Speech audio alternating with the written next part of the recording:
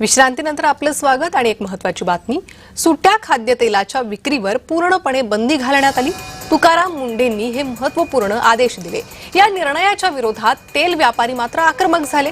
तेल व्यापारी सर्वसामान्य ग्राहकांवर अन्याय करणारा हा निर्णय असल्याचं म्हणतायत। सोलापुरातील तेल व्यापाऱ्यांनी आपली मतं या निर्णयाबाबत व्यक्त केली आहे।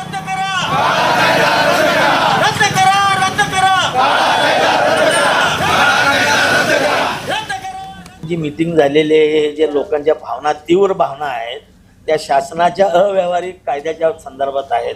तुमचा उद्देश जरी चांगला असेल, लोकांना योग्य प्रमाणात योग्य किमतीत चांगला माल मिळाला पाहिजे, चांगलाही मिळाला पाहिजे आणि योग्य किमतीत मिळाला पाहिजे। याच्यासाठी आपण शासनाने संबंधित व्यापाऱ्याशी चर्चा करून योग्य तो निर्णय घ्यावा अशी आमची नम्र विनंती। भारत हा कृषी प्रधान देश आहे। महाराष्ट्र सरकारचा आणि भारत सरकारचा आपला देश तेलामध्ये स्वयंपूर्ण व्हावा आणि परकीय चलन खर्च होऊ नये या उद्देशाने काम करतोय।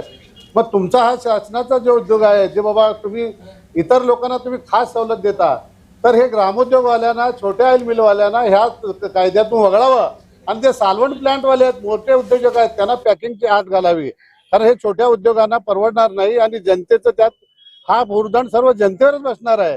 त्यामुळे शासनाने याचा फेरविचार करावा अशी एवढीच आमची मागणी आहे।